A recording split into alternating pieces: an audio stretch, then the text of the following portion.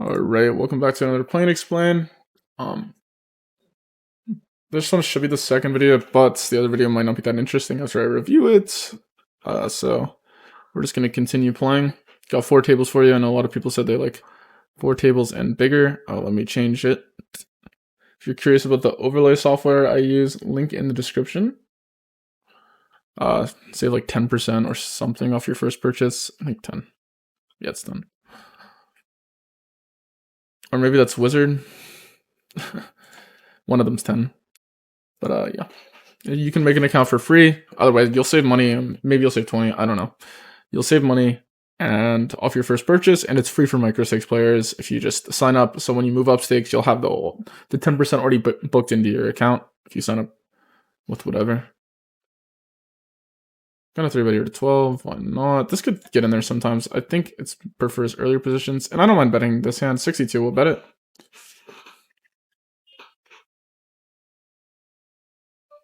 Holy. Just gonna check some spades here, so we'll check this one.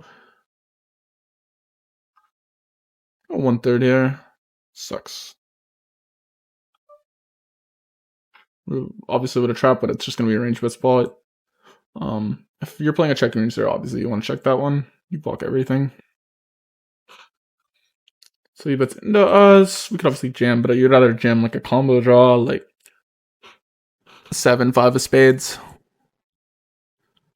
We're gonna call here and evaluate. Don't think people bluff this spot. This is probably gonna be a give up for me. I don't think he expects us to have too many. We're gonna have a lot of 2 pairs and stuff. Perfect. Got the maximum.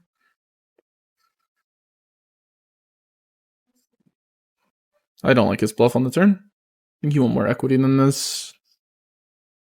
Yeah. Probably just an exploit gone wrong. For some reason, when people do that, people like to back up the other people. Oh, you are exploitable. You just got unlucky. Sure, I'm definitely exploitable. 100. I 100% am. I mean, everyone's exploitable. Question is just how exploitable, obviously. But and then even bigger question is I'm pretty aware of where my leaks are. So sometimes it leaves me to deviate and do certain things like overcall in certain spots. And yeah, that's mainly one. Because I know maybe I don't play too much of my value this way. I'm capped. Yada yada. This would be a profitable spot for my opponent to bluff. And I call.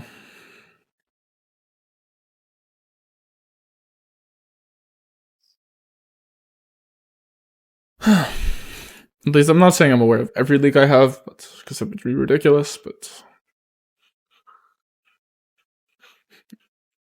I do say in the leading line range there, in general, most people's leading range there, they're going to have strong hands.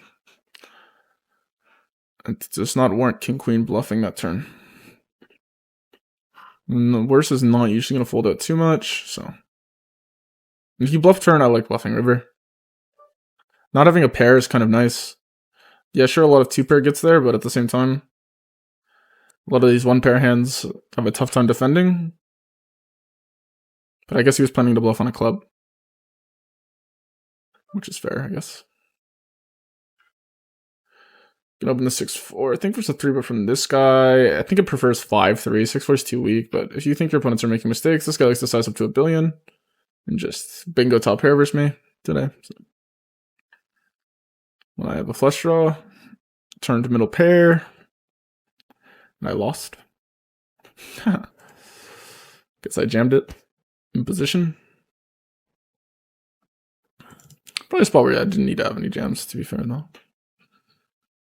It's just usually good to jam your middle pair flush draws on drier textures, and then your combo draw, straight draw blocker flush draws on more connected textures. Because those hands can't really realize the nuts, but they have a lot of different types of equity. Like they have the nut flush, they have the nut straight, or they have a straight, they have a flush, they have this, but they never make the nut flush, they never make the nut straight. So in general, the good thing about fast playing them is you're never truly crushed before you see the river. I don't know if that makes sense, but if you have like 7-6 of hearts on like 8 6-5 of rates. You're never making the giga nuts. But when you jam turn, if someone's betting into you, you are always live. When your outs will be live. They have a flush draw, but then you have the pair, so you're ahead of them. They have the straight draw, you have the flush and the pair. They have the better pair, but you have a straight and a flush draw. That makes sense. But the second you see the river, you can never have the nuts. So those are the hands I usually prefer. Fast playing when it comes to in position, because the main thing about being in position is you get to realize a lot of your equity. On a 97 3 with this is not a 3-1 in theory though. Just people tend to under 4-bet. I don't know enough about this player, so maybe I shouldn't just be doing this. I could believe the flat.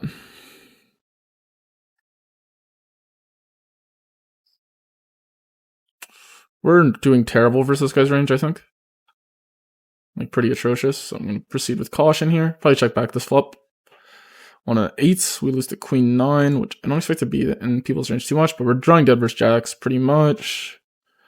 Yeah. He has ace queen, he has these king queen hands, he has jacks. If he bets this much, I'm probably just going to have to call. And then evaluate what he does on the river. Easy toss here.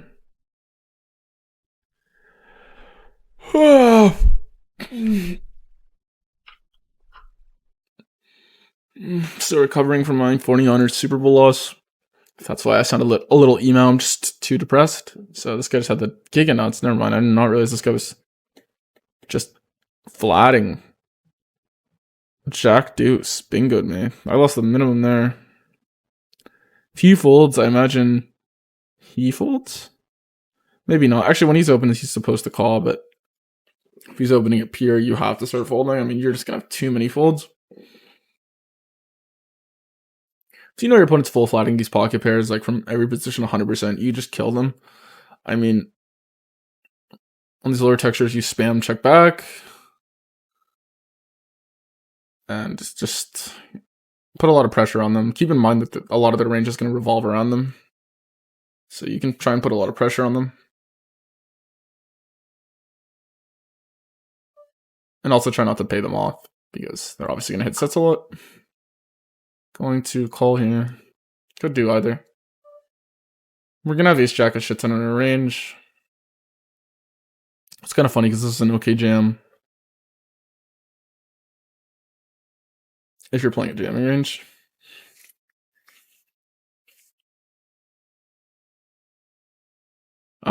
This is one of the better hands you can have here. I don't mind the block. I don't mind the size up, though. I mean, we're going to have a lot of king x. He's going to have a lot of queen x.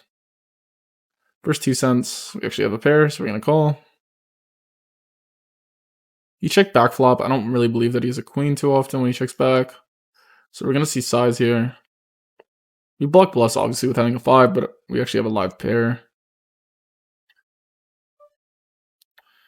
I guess versus the pot, we'll stick to just the population exploit and fold. Obviously in that line, don't really believe him, but I'll stick to the population exploit, I guess, which is just fish are going to be under bluffing that spot for pot. And not to mention, I just don't see this guy as the type of player to be too. I'm going to flat here with this guy calling. I mean, this is not too bad. I mean, it's a MP open, so this guy can't attack too aggressively. Not to mention, is he going to? Because obviously this guy is going to be stronger. So you can't just take everything here because he can fight back pretty easily. Look at a portion of his range. I'm just going to check this one all the way down.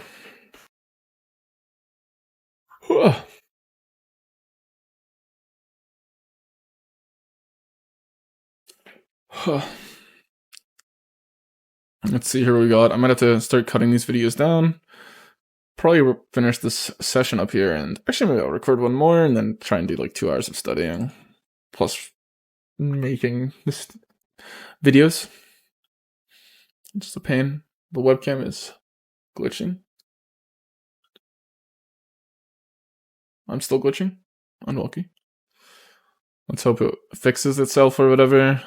I'm gonna check the king 4 here. Let's see if we can bingo. We kind of do. No limp texture. I mean, I don't know. He's just potting it. We're obviously gonna be calling though. I mean, if it's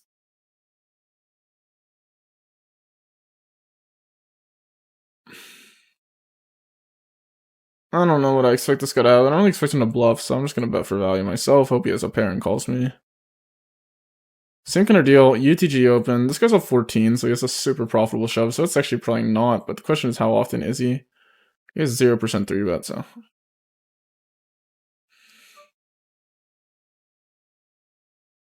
So we open big. Okay, we'll 1/3 fold to check raise here. It's pretty close.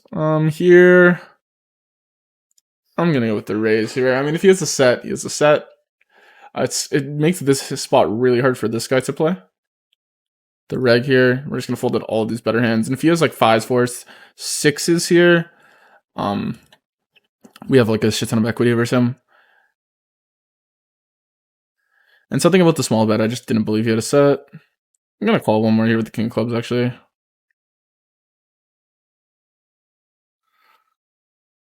It's probably...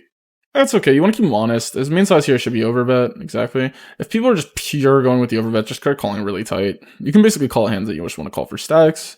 I mean, obviously, you know your draws are going to be in there, so you're going to be able to hit some MDF basically by the river. All the value you have just... I mean, I'm not folding a pair there, but on the flop. But probably don't call king 10 there if they're going to be overbetting. There's nothing good that can come out of it. And I would say in general, they probably do overstab in the sense of they're not going to have enough bluffs there, even though like I'm going to be betting about half the time. So raising makes a lot of sense, but people generally under raise, so then they have more bluffs on the turn. So floating their raise is not too good for multiple reasons. A, they're betting more and they're stronger. Okay, so versus this guy, we just bingoed. Low kicker is obviously great. I'm blocking so many flushes. Obviously, he has his ace highs, but he's going to have way more lower than he is going to have ace highs. Just going to keep calling. Good fast play. And then no matter what here, we're all in. If he's got it, he's got it. If he's got the ace 5, ace 6, ace 10, ace jack, ace king. Oh, he doesn't have ace king. Good job. He checks. God, that sucks. I'm just going to overbet and try and stack a queen. He has snap folds, which means he just had nothing. Like, queen jack. He probably had like king jack. Jack 9, all the gut shots. This one's weird. It's definitely a fold in theory. My read is this fish seems really nitty. He might end up just being really nitty with his last 10 big blinds. So our 1 big blind call might be profitable, because if he misses the board, he might just check fold.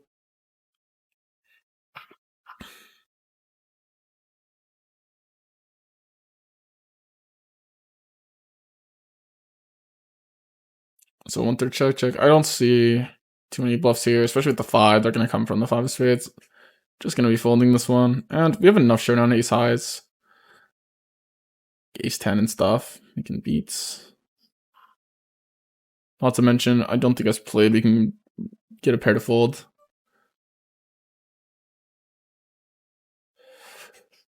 Alright. So this guy has the option to ISO, which I'm snap folding versus. I mean, this guy's so nitty, there's no way you can properly 4-bet bluff me here. Because he's... Oh, he had ace 7. I don't know why he took that one, but with 0 fold equity, this hand doesn't perform that well. It's obviously an okay bluff. Oh, come on, bingo. Okay, so we're doing pretty good. Doing great. Doing fantastic. God, that was cringe. Can do either here. No heart. But the advantage of having no hearts, we do have a spade. We rolled the 20. The advantage of having no heart is he calls a lot of these ace 9, ace 8 of heart, or raises them, and then an ace comes off, and then we check, and then we bingo one more street of value from him on the river. That's the advantage to having no heart. Is basically when an ace comes off, cooler. But on this board, the ace kind of completes king queen. It's not like a super implied odd spot, like as if it was like 8 9 deuce. Betting this hand would make sense because then if he has ace, you know. And here, double check. Why not?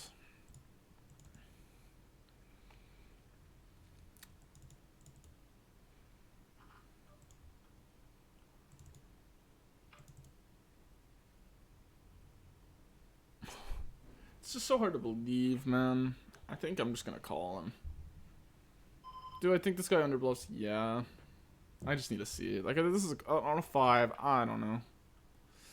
Yeah, it's so easy to go thin for value in that spot. And basically, if they start going really thin for value, just never call, because people are usually, one thing I notice, at least in my pool, is like a lot of these nittier players, they're like completely okay at their regs, so they're completely okay with going thin for value. They're saying, oh, he could call this, he could call this, he could call this. But what they don't realize is, like, if you bet more hands for value, you need to have more bluffs.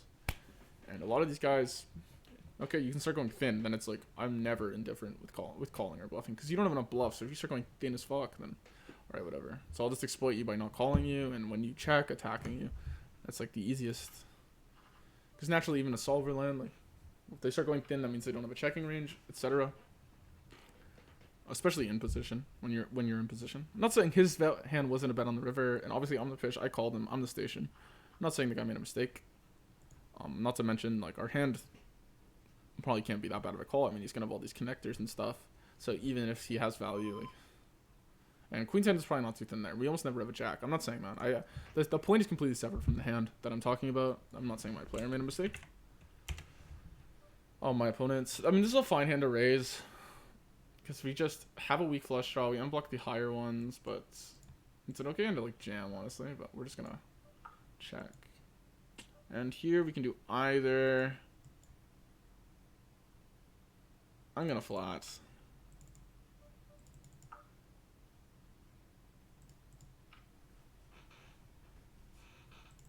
Just gonna try and get max value from an ace.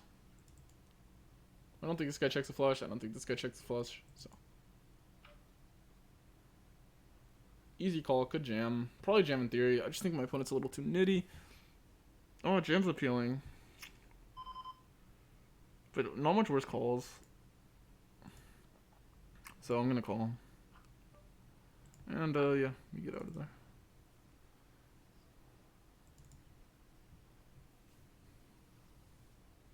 I wish I had hot on.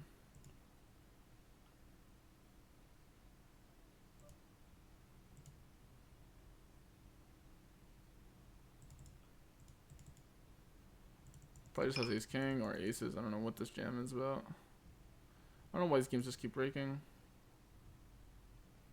I don't know why this guy talks in the middle of a hand. I don't know. Is this allowed? Like, I'm not trying to be that guy, because I don't really give a fuck, to be honest. But I know if I did this, people would be chewing me out. So that's the only reason I have a problem. I don't really give a fuck myself personally, because I'm not really bothered by a lot of this shit that people care about. I understand some spots are underrated and they should be talked about, but this I could give two fucks. But I don't mind overbet, actually. If you want to reopen this spot, you probably want to reopen aggressively. Huh?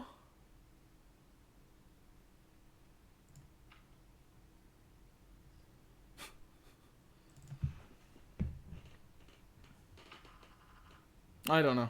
I just didn't even believe he had a flush, so I'm just calling. I have a 10. Fuck it. This gets every time. I mean, bro, I don't know. I'm so glad to. I mean, yeah, obviously the spot looks underbluffed when there's a fish behind and you're overbetting. I'm mainly overbetting to bet against the fish. I mean, I still don't think. I mean, maybe he just folds an ace. I don't know.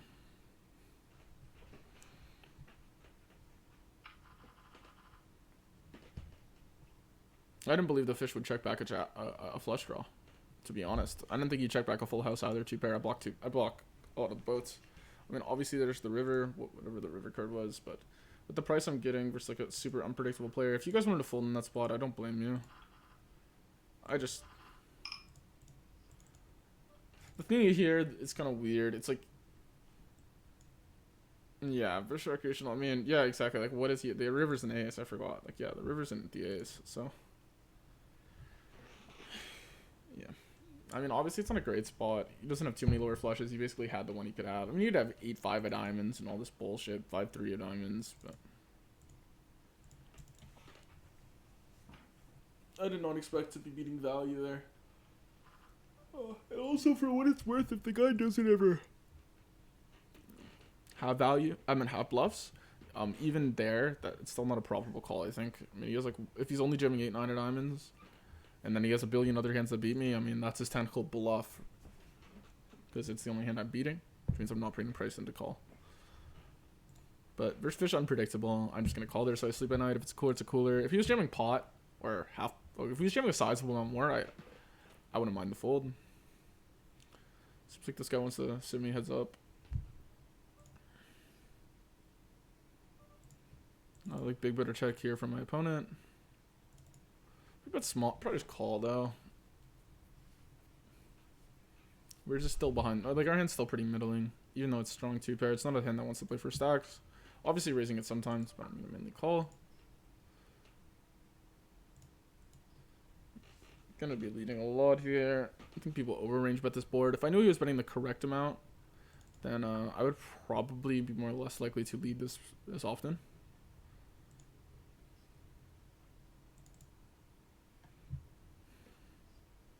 Gonna call one more here. We're gonna have a lot of auto folds here, like our one club weaker hands. He's gonna have some ace-x of clubs hands. So he bet checks. I mean, it's kind of believable, but he's range betting flops, so he's gonna end up with a lot of bluffs. So I'm just gonna have to see it. Yeah. Like, that's the issue with range betting this board. I mean, what benefit does eights have from betting here, right? On the flop, nothing. It just only gets called by when it's beat. I call a good amount of the time, though, so it's not like a spot where I actually have to call worse. In theory, I literally never need to call worse. Outside of some backdoor hands, which in the check-check line are pretty much my pure river bluffs when the board breaks out. Even when I have Jack-9, the hands that call you, when you hit an 8, you're getting stacked, so it's like just a terrible hand to bluff. 9s and jacks there, and 9s and 8s there. That's why I prefer playing just a big bet strategy.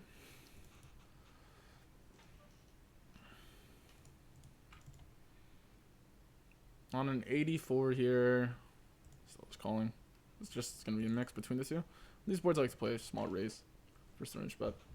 On a 35 here, it's close. I'm going to do it. Probably want a suited hand, like diamonds. Probably even want double blocker to really block calls, because this hand just doesn't really follow through too much. Probably want the queen to be a club instead of the 6, but I don't mind it. Turn here, bet half pot. King's a good card for him, but the clubs are good for us. Maybe 1/3's better. And on the river, this looks stupid, but we just bet a third and lose almost every time. Kind of wailing out in this spot. And he just has an ace. I don't know. Nice hand. Kind of wailed out there, to be honest.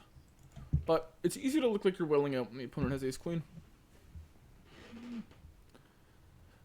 I mean, he has it. I mean, it doesn't really, how do I say this? You don't really learn anything in a spot when your opponent just has the knots. In the sense of, like, no shit, he's not folding ace-queen there. But if he's betting range, how often does he have ace-queen? Is he betting range? Like, those are the exploits. How wide is your opponent calling in that spot? Etc. We'll say I do think I was a bit out of line. I think the most misplayed street's the flop, for what it's worth. I think on the turn in the river, once we're that out of line, that's going to be one of our better candidates. We're going to need to have bluffs. We almost have no bluffs anymore, so it's like you probably want what's it called?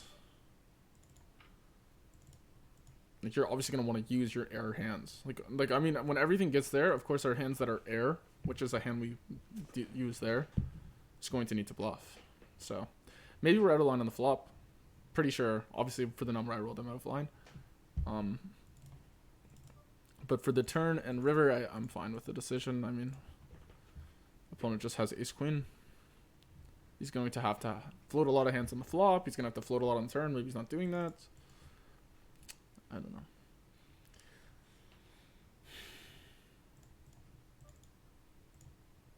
That's the thing about punting. When you're punting, it's like, if your opponent just like, obviously there's over bluffing, but if your opponent just has the nuts, I don't know. It's just kind of like, what do you sound?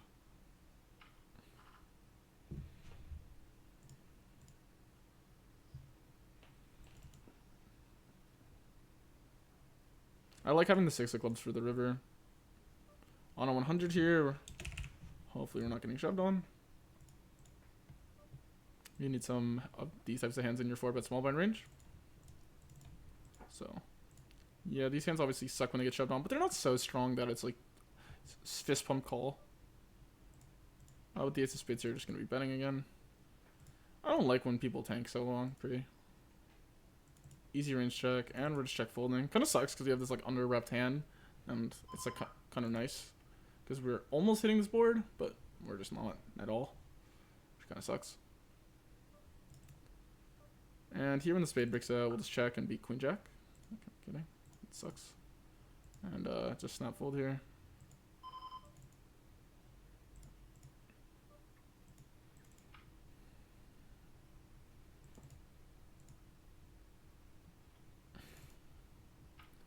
Alright, so I've been stuck playing heads up in like every video, which is just like actually blowing my mind. See if I can get another table up and running. Somehow I missed a 2-5 running. On this number, we'll be 3-bet bluffing this.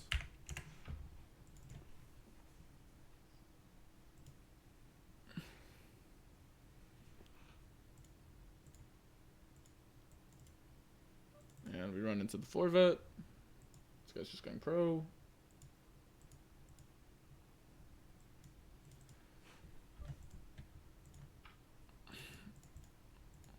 A lot of these hands tables are short-handed, so hopefully we can still get some interesting stuff going. Been recording for 26 minutes.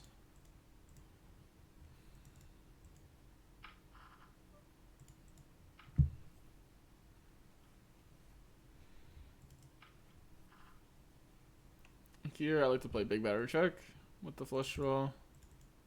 Versus the fish. Actually, I'll just big bets.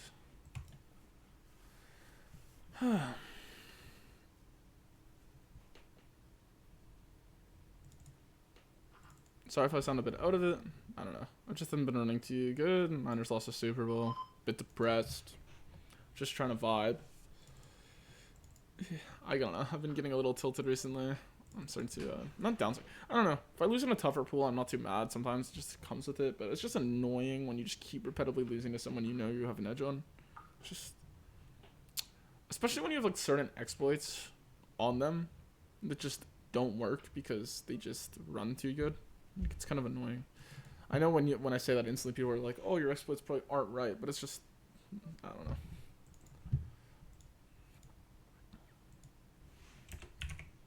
It's mainly heads up where it's like the game is so much around how good you run. It's almost impossible to beat someone in the short term if they just hit way more hands than you. Because naturally you're still going to be calling flop, you're going to be calling turn, and you're going to maybe you make a sick exploit on the river. It's just, you need to hit hands to win a one-on-one in poker. No matter how much you bluff, most of your money is going to come from value. Not to mention if your opponent's nitty, the main leak in their game is when they're not hitting hands, right? If they're hitting hands a bunch, they're just redlining the shit out of you. Even if you're making the correct fold. I probably could have raised turn here. I can't believe we went thin for value. I wasn't paying enough attention. Looks like everyone sat me. I don't know. It seems like every video I can't get enough action. I'm going to check here. Versus a fish, keeping his worst hands. The area maybe calls worse, but I'll get him out. But keep the pot smaller. Yeah.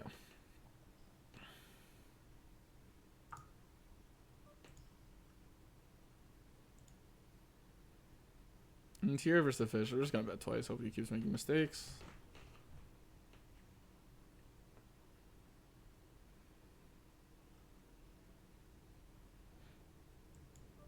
This is tempting, but I think we just check again. I mean, we rep a king so well. I don't know, maybe I just blow. I mean, ace jack, ace 10 seems so much more appealing. I'm just going to check. Yeah, you just got 5, 6s, 4s, random 3x, deuce x, random 7x. He has so many bluffs too. I mean, do I believe him here? I guess so. But like, what hand wants to 1/3 and then bet this river? Ugh, I'm such a fish. I mean, he obviously, the obvious logic is he bets 1/3 with the king on the turn and bingos it. But it's like, what hand is betting a third? Like king 7, king 8? Is he just going thins with 9s and 10s? I don't believe. I honestly want to call. I mean, jam's the other thing, but I just don't think he's folding any of his value for the size because it's just he's really just repping a king. I don't know. I mean, he's got 9-10. He's got jack 10. That's enough bluffs. I mean, I just don't believe the value range is that wide here, so I'm gonna call. Nice.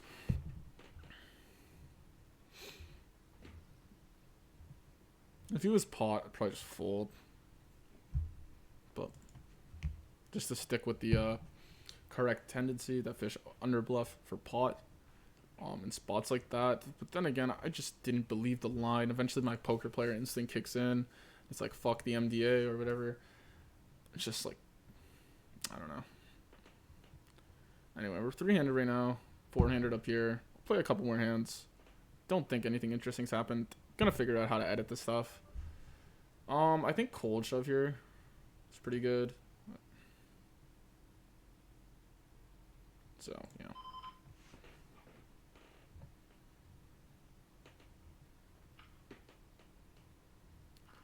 It's less good, though, I will say, when your opponent has pocket queens. Just it doesn't work the same. I mean, I know what you guys are thinking, like, oh, but he's 3-betting button versus small blind. How often does he really have a hand like that? I don't know. I will say jacks I think is preferred, but at the same time I know tens is in there. So, I mean, what am I gonna do? Like, am I gonna cold for it and fold to a jam in that spot? I mean, maybe that sounds psychotic. Am I gonna fold it? I don't know. I think sometimes you're just beat. This guy's a reg, by the way. So, I mean, he's a reg. But even like a bad reg, are they really... I'm going to end the video on this next hand. A bad reg, are they really... I'm going to call here on a 69. Oh, just a lucky number. Even a bad reg, are they really just not 3-betting all of these other hands? Like, I don't know. Like, there's so many 3-bets out of the small blind that are profitable. Gonna call here. Okay, so his jacks get there. He sees jack. He has some appealing bluffs. Queen 10. 7-8 suited that he might have, even though he's not supposed to have that on the small blind. People make mistakes. King queen, queen 10. He's supposed to barrel through his jack X. I probably just have to call an ace one more. I can't see myself, especially since I kind of have the read that he'll underbluff river. It makes turn calling value more profitable, because a big leak to this hand would be you call turn and then you have to fold the river. Like, if I have the read that I'm just gonna pure fold river, then yeah.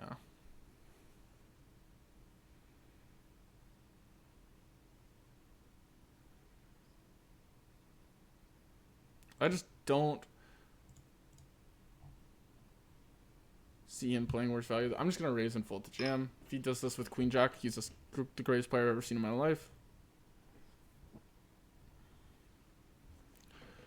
My line just looks so fishy. I mean, I'm supposed to jam, but right now, instead of jamming, the reason why is I think he calls too little, and my main exploit in this spot is I don't think he's ever bluffing this spot when he rejams on me, which gives me a lot of EV from playing a smaller raise size. Not to mention, the general exploit is this guy's a little more capped than he should be in theory. This guy actually just runs 2 pure, so I'm going to be tossing. I actually can't believe it.